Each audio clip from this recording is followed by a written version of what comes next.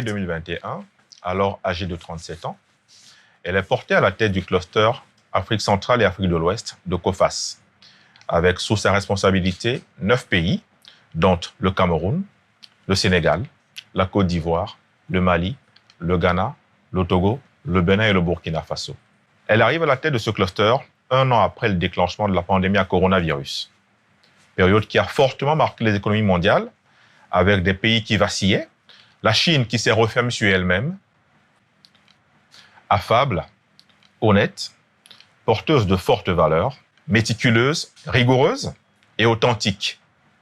Fabienne Yomsi nous fait le plaisir de nous recevoir ce matin pour partager avec nous son expérience, ses expériences de la performance. Bonjour Fabienne Yomsi. Bonjour M. Noubert. Merci de nous recevoir chez COFAS ce matin. Merci, le plaisir est partagé. Comment est-ce que vous allez? Je vais très bien. Et vous? Nous allons bien également, merci. Nous souhaiterons pendant ce moment d'échange parler de vos expériences de la performance. Nous dire comment vous, en tant que manager, vous percevez la performance. Alors, nous aimerions savoir qui est Fabienne Yomsi? C'est une question toujours compliquée à définir. Je dirais que qui je suis une jeune personne. Je me définis comme étant jeune, bien qu'étant proche de la quarantaine. Je suis une personne déterminée, qui est attachée à plusieurs valeurs. Une personne qui craint Dieu et qui est plutôt fière du parcours qu'elle a pu réaliser jusqu'alors, que ce soit le parcours professionnel ou même personnel. Oui. Ce parcours, décrivez-le nous, s'il vous plaît. Alors, mon parcours professionnel débute juste quand je termine avec mon DESS en 2007. Oui. J'ai alors l'âge de 23 ans. Et quelques mois plus tard, je décroche un contrat dans une entreprise de la place en tant qu'assistante de coordination de la zone littorale. Et dans cette entreprise, alors que je suis très jeune, je suis encadrée par une personne qui me permet d'apprendre les rouages de la vie professionnelle. Je rentre en contact avec des décideurs, des chefs d'entreprise. Je prends à bras le corps les responsabilités qui me sont assignées. Je parviens avec cette nouvelle expérience à décrocher un autre emploi 1 an plus tard dans une autre entreprise. Cette autre entreprise est un groupe bancaire dans lequel je suis donc recrutée en tant que responsable de marketing junior, où j'ai à charge de travailler avec une équipe dans le développement de nouveaux produits. Il m'est assigné l'objectif de pouvoir remettre à plat la gamme de produits de la banque, la revue documentaire des fichiers de la banque, et ainsi de pouvoir reconstruire l'activité globale de la banque d'un point de vue marketing. Oui. Voilà. Donc, j'y passe 1 an et demi ou 2. Et plus tard, je suis débauchée de cette banque par une autre entreprise. Parce qu'en fait, la petite histoire est que le directeur général de cette banque, ou de ce groupe bancaire donc, dans lequel j'ai été, le directeur général est débauché et va dans une compagnie d'assurance. D'accord. Je le suis parce qu'il souhaite maintenir mon talent auprès de lui. Et donc, il me débauche également et me fait recruter dans cette compagnie d'assurance-là. Oui. Dans cette compagnie d'assurance, je continue sur la partie marketing. J'ai en charge le développement de nouveaux produits. J'y reste 1 an. Et l'expérience est plutôt, je dirais, enrichissante. Je ne vais pas dire négative, mais enrichissante parce que les échecs permettent d'apprendre. Bien sûr. Alors, j'y ai un parcours relativement complexe ou compliqué. Je pars donc de cette entreprise 1 an plus tard et je me retrouve chez COFAS. D'accord. Donc, oui. Alors, vous parliez tout à l'heure d'une expérience difficile. Oui. Et vous évoquiez rapidement des échecs. Alors, quels sont ces échecs-là? Qu'est-ce que cela vous a procuré comme enseignement? Y a-t-il des regrets après cette expérience?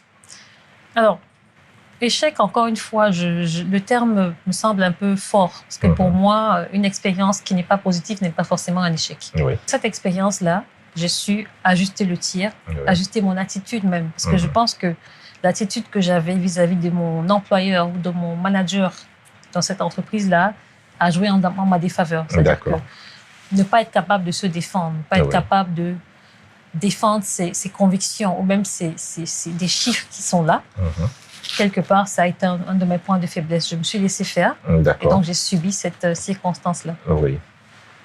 Alors, j'aimerais avoir une précision. Vos 2 premières expériences après votre poste d'assistante coordinatrice ont été dans le marketing. Oui. Êtes-vous titulaire d'un diplôme de marketing? Pas du tout. Alors, j'ai un DESS en gestion financière et bancaire. Oui. Pendant mon parcours académique, donc à l'université, nous avions des modules de marketing, mais Oui. je n'ai pas de diplôme ou de certification en marketing. Oui. D'accord. Donc, ça veut dire qu'il est possible, avec son diplôme de gestion financière et bancaire, de pouvoir faire du marketing bancaire et financier sans difficulté. Oui, parce que on reste dans le domaine de la finance. Oui. On reste dans un métier lié à la formation que j'ai eue. Oui. Et donc, on travaille sur des sujets qui sont liés au métier de la finance. Il faut avoir un background, une connaissance en finance Oui. pour pouvoir travailler sur des documents bancaires, Oui. sur des fichiers bancaires, Oui. sur des présentations liées à l'activité de la banque. Vous disiez que l'expérience dans cette compagnie d'assurance a été pour vous une source d'enseignement. Dites-nous en 3 points, qu'est-ce que vous avez tiré réellement comme enseignement de cette expérience-là aujourd'hui, qui vous servent aujourd'hui? Alors, je l'ai dit tantôt, savoir défendre ses positions. Oui. Quand on croit en quelque chose, il faut être capable de le défendre. Il faut être capable d'être droit dans ses bottes et de dire ce qu'on pense. Oui. Et ne pas être dans une position où on subit. Oui. Voilà, ça c'est le premier point que j'ai retenu de cette circonstance-là. D'accord. Ensuite, bon, la leçon que j'ai également acquise de cette expérience, c'est que le milieu professionnel varie. C'est-à-dire que d'une entreprise à une autre, Oui. on n'a pas forcément les mêmes... il y a des canevas, il y a des critères dans le management qui ne sont pas forcément... qui n'intègrent pas forcément les aspects personnels, Oui. les aspects subjectifs. Voilà. Et donc, j'ai compris que dans le management, il y a la partie objective, donc le canevas, les principes, le cadre, mais il y a également le côté subjectif, l'humain. Oui. Qu'est-ce que les autres pensent de vous en tant que leader? Que disent-ils de vous? Quels sont vos points forts? Quels sont vos points faibles qui vous ont permis de tirer autant d'enseignements de cet échec-là et d'arriver à cette position aujourd'hui? Alors, c'est une question assez drôle parce qu'il y a moins d'une semaine, nous avons, à l'occasion de la célébration de la fête du travail avec mon équipe, fait un petit exercice qui consistait à décrire une personne de l'équipe et donc d'en donner 3 qualités et 3 défauts. D'accord. Bon, coïncidence très heureuse alors. C'est un exercice très intéressant parce que cela permet d'avoir une image de soi-même donnée par les autres. Par les autres. Oui. Alors, que disent-ils de vous? Alors, que disent-ils de moi? Ils disent que je suis une personne acharnée au travail, ce qui semblerait être à la fois une qualité et un défaut. OK. Une qualité dans ce sens que les résultats ils sont, donc on parvient à atteindre les objectifs.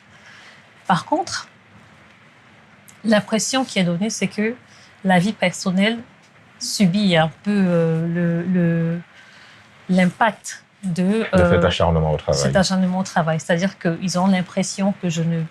Vous n'avez pas de vie personnelle. C'est ça. Que je ne vis pas suffisamment pour moi-même. Après, de mon management, parce que je suis une personne qui a un management participatif, collaboratif. Oui. J'aime écouter les autres. Et donc, ce management participatif et collaboratif, selon ce que mon équipe m'indique, est plutôt bon. Donc, il permet vraiment aux uns et aux autres de contribuer. De contribuer vraiment à la croissance et même à la définition des objectifs de l'entreprise. Ce qui est plutôt un élément assez important. Et donc, l'humain, le caractère humain, encore une fois, est mis en avant. Il faut dire que c'est une des valeurs importantes chez Coface, du people, donc l'humain. Il est important que la collaboration soit construite et que du manager au collaborateur, il y ait un lien ascendant et descendant. Et donc, ça, c'est une valeur que moi, je suis développée au sein de cette entreprise. Alors, ils ont identifié 2 principales caractéristiques. Et vous-même, qu'est-ce que vous avez identifié de vous comme étant les valeurs qui vous déterminent comme leader? Alors, le leader, selon ma définition, c'est celui qui sait porter son équipe. Le manager fait faire. Le manager fait faire, ce qui est très bien, mais le leader porte son équipe et les accompagne. Oui. J'accompagne, Oui. je forme mon équipe, je les soutiens, je les écoute. Parlons à présent de COFAS, cette organisation qui vous a donné cette opportunité de diriger 9 pays aujourd'hui. Comment est-ce que vous qualifierez le rôle de COFAS dans l'économie? Déjà, dans sa définition, c'est la Compagnie française d'assurance pour le commerce extérieur. Oui. Et donc, c'est une entité qui a pour mission d'accompagner le trade. Donc, toute l'activité de commerce d'une entreprise à une autre. Et donc, le rôle de COFAS est de soutenir les entreprises qui ont des opérations commerciales avec d'autres entreprises à crédit. Nous soutenons des chefs d'entreprise, donc des entreprises qui vont vendre à crédit et qui donc s'exposent à un défaut de non-paiement de leurs clients. Est-ce que vos missions, telles que vous venez de les décrire, sont suffisamment connues de vos différents publics, de vos clients, particulièrement les PME, qui pourraient également avoir besoin d'obtenir des crédits et une couverture du risque de non-paiement?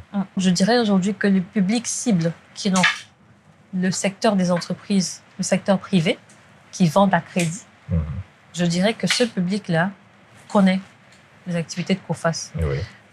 D'autant plus que nous avons dans notre base de données près de 18 000 entreprises référencées dans la base de données COFAS. Ces entreprises ont à un moment été contactées par la COFAS pour pouvoir expliquer notre rôle. Oui. Et donc, globalement, je dirais qu'on a un taux de pénétration aujourd'hui ou un taux de connaissance, de vulgarisation sur nos différents marchés de plus de 70%. Oui. D'accord. Alors, vous parlez de taux de pénétration de plus de 70%, 18 000 entreprises à votre actif. Mais les principaux indicateurs de performance que vous pouvez prétendre et présenter de COFAS sont lesquels aujourd'hui? Alors, je prendrais la croissance de chiffre d'affaires. Nous avons connu en 2022 une croissance de 10% comparée à 2021. Nous avons une exposition globale, c'est-à-dire le risque que COFAS prend sur les entreprises donc acheteuses à crédit. Donc, ce taux d'exposition qui est également en croissance. Nous avons le portefeuille client qui évolue. Nous avons un portefeuille aujourd'hui, si je prends exclusivement le secteur des produits d'information ou de recouvrement de créances, qui sont également des solutions que nous offrons. Nous avons un portefeuille qui s'est développé à 25%. Entre 2022 et 2021. 2023. Voilà. D'accord. Alors, vous évoquiez tout à l'heure votre équipe ou les équipes successives qui travaillent à porter COFAS avec votre énergie. Combien de personnes est-ce que vous avez sous votre responsabilité dans ces 9 pays et quelle est la moyenne d'âge? Alors, une petite équipe d'une trentaine de personnes, un peu moins de 30, donc réparties géographiquement sur 3 pays, le Cameroun, la Côte d'Ivoire et le Sénégal. La moyenne d'âge, si je ne dis pas de bêtises, parce que les chiffres évoluent, je pense qu'elle est inférieure à 40 ans. À 40 ans. Voilà, donc c'est une équipe relativement jeune. Tout comme vous, alors. Ah, oui. Mais alors, en 2021, vous aviez 37 ans lorsque vous avez été porté à la tête de ce cluster. Comment est-ce que votre équipe a apprécié votre nomination en tant que responsable du cluster à 37 ans, sachant qu'il y a certainement des personnes qui sont plus âgées? Comment est-ce que vos pairs, qui sans doute sont plus âgés que vous, ont apprécié votre nomination à cette position?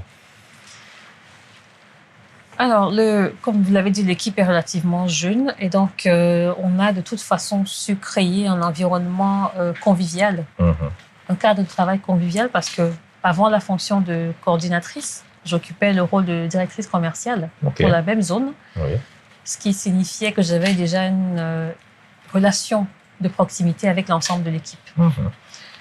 Après, si on regarde séparément l'équipe prise dans l'ensemble, je dirais que l'équipe a très bien accepté ou apprécié la nomination. Les pairs également. Mais je dirais que cela a davantage été dû au fait que j'ai eu une position collaborative. Et je pense que c'est un élément clé dans ce type de situation. C'est-à-dire que quand il y a une évolution dans l'organisation et qu'on passe de collaborateur ou alors de collègue à manager, il faut savoir gérer la transition, il faut savoir gérer la nouvelle position. Il faut rester proche de ses collègues. Oui. Il faut rester à l'écoute. À l'écoute, oui. Voilà. Et je pense que c'est l'un des éléments qui a fortement contribué à ce que la nomination soit bien accueillie par les autres. C'est ça. Est-ce que votre jeunesse et votre genre ne sont pas un problème à l'exercice de votre fonction? Non, parce que, alors, le genre, l'égalité de genre est un critère fortement contrôlé et valorisé par le groupe COFAS. Et avoir une femme à la tête d'une zone comme la nôtre est plutôt un élément valorisant pour notre entité. Étant donné que dans mon précédent rôle de directrice commerciale, j'avais déjà su constituer un carnet d'adresses relativement important. Donc, ces managers, ces patrons d'entreprise me connaissaient déjà. Il n'y a pas eu de grosse surprise de me voir à nouveau sous une nouvelle casquette. Oui. Donc, ça a plutôt été très bien géré. D'accord, très bien. Alors, je suis curieux de savoir, vous arriviez en 2021 à la tête de l'entreprise, du groupe de cette entreprise-là, un an après le lancement de la stratégie Build to Lead que votre groupe a lancée. En quelques mots, comment cette stratégie a été mise en place au sein de votre cluster pour aller à la rencontre des objectifs que le groupe a assignés à votre groupe, à votre cluster, précisément. Oui. Alors, le plan Build to Lead qui a été lancé par notre directeur général groupe, donc M. Xavier Durand, consistait tout simplement à mettre en place des process qui permettaient de sécuriser ou de construire un PNL durable, avec bien sûr une rentabilité croissante. Bien sûr. Et donc, l'objectif principal, c'était tout simplement la croissance, la rentabilité, la performance.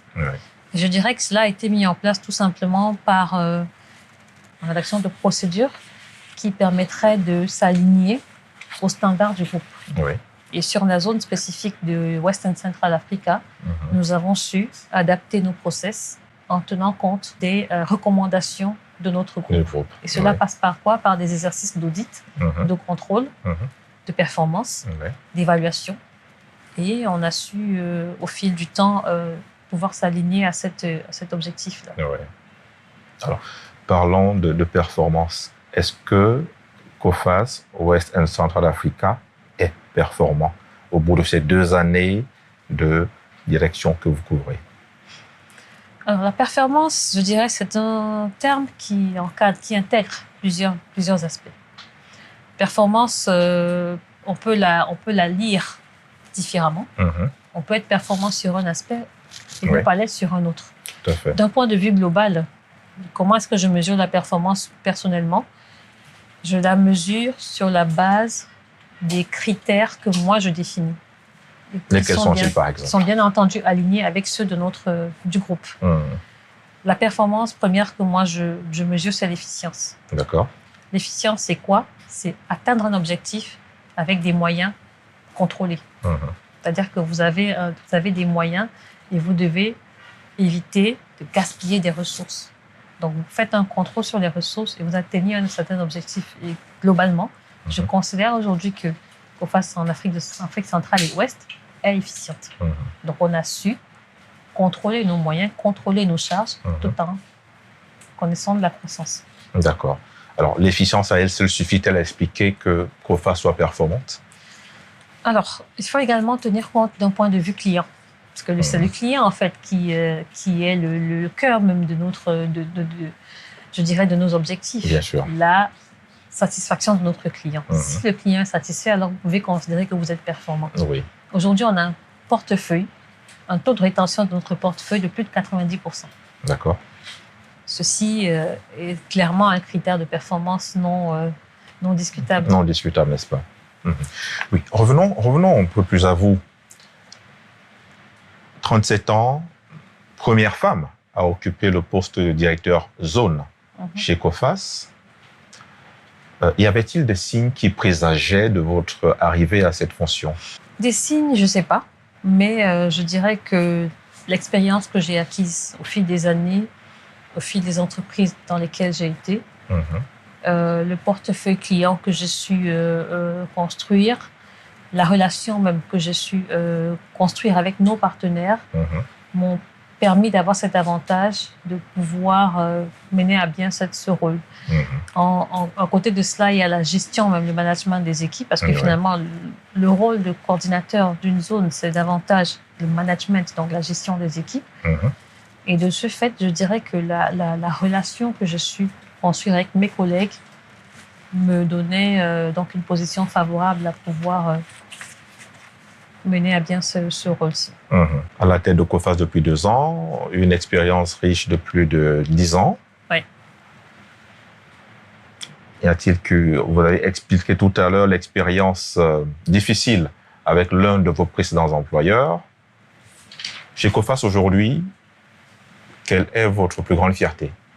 Au sein d'une organisation telle que la nôtre, donc Coface, c'est une multinationale avec un footprint de plus de 70 pays dans le monde et donc une direction générale basée en France avec des organisations par région.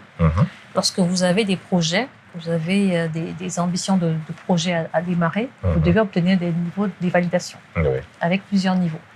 Et donc, il y a 2 ans ou un peu plus, nous avons, avec l'équipe, parce que je ne devrais pas m'attribuer le mérite de ces résultats. C'est ça. Oui. Et donc, nous avons pensé lancer un nouveau produit qui s'appelle études sectorielles. Nous avons fait une étude de marché, nous avons même fait des rapports pilotes qu'il fallait faire valider par le groupe. Et donc, pour faire lancer un nouveau produit, parce qu'on parle de lancer un nouveau produit, il y a des comités qu'il faut mettre en place et enfin obtenir la validation du groupe.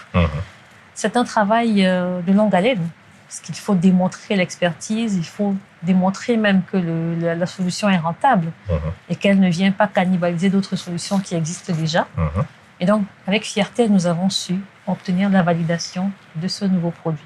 Donc, une entité comme la nôtre, qui est relativement petite en capacité en comparaison aux autres entités, a réussi à obtenir du groupe le lancement de ce produit-là. C'est vraiment une fierté pour nous. D'accord. Mais est-ce que, au-delà de cette fierté, vous avez été, pendant la conduite de ce projet, de ce chantier, vous avez été amené à prendre des décisions difficiles? Non, pas sur ce projet. Ou durant depuis votre magistère, comme directeur pays, directeur zone, y a-t-il eu des décisions difficiles que vous avez prises pendant ce temps?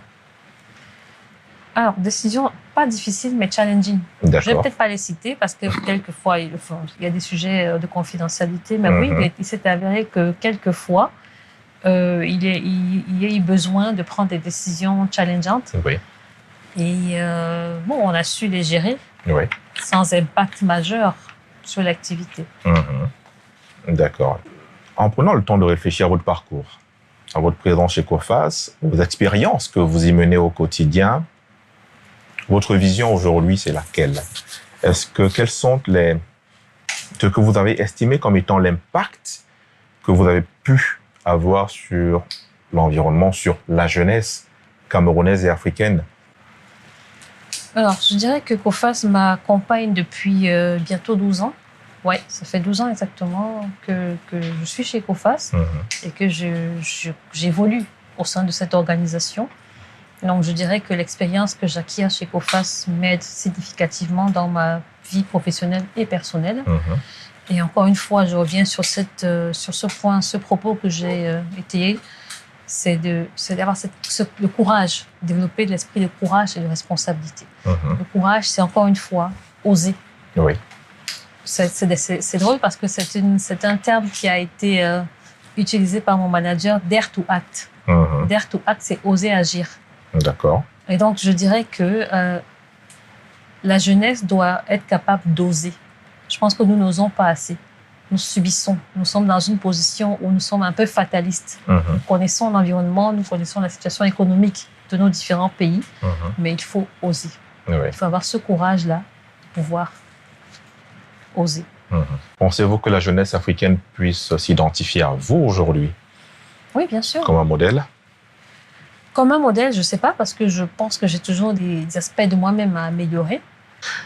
Quelles sont les initiatives que vous menez en faveur de la jeunesse aujourd'hui? Alors, en tant qu'entreprise citoyenne, nous offrons des stages Oui. à ces jeunes étudiants, des stages académiques, des stages professionnels, leur permettant de découvrir l'environnement professionnel à l'aube de terme de leur parcours universitaire. Et donc, cela permet aujourd'hui que nous puissions contribuer à au développement de cette économie, mais également au développement de cette jeunesse. D'accord.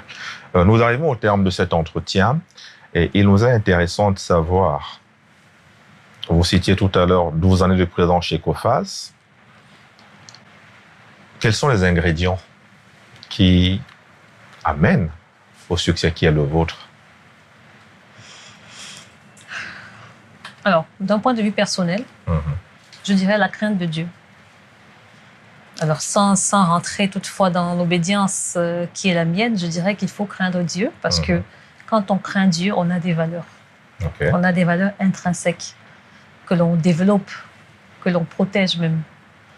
Ensuite, il faut avoir de la niaque, être acharné dans ce qu'on veut faire. Que ce soit un entrepreneur ou un employé d'entreprise, il faut avoir de l'acharnement au travail. Il faut combattre la paresse. Il faut être déterminé. Et enfin, je dirais, il faut avoir des ambitions que l'on défendra. Encore une fois, j'insiste sur la notion de défendre ses positions. Oui. Il faut avoir des ambitions, des positions que l'on sait défendre. Voilà. Avoir de l'ambition, défendre ses positions, croire en soi et en ses projets, oser. Voilà en quelques mots ce que Fabienne Diomsi nous donne comme recette du succès qu'elle a utilisé ou qu'elle utilise au quotidien pour performer et être à chaque fois un modèle de développement pour les organisations et les économies africaines. Merci Fabienne Diomsi de nous avoir reçus au sein de Coface ce jour. Vous pouvez partager avec nous vos expériences de la performance. Merci Monsieur Noumbé, merci au cabinet Robert & Co. Ça a été un exercice fort sympathique et fort enrichissant. Et je vous souhaite le plein succès dans ce projet. Merci.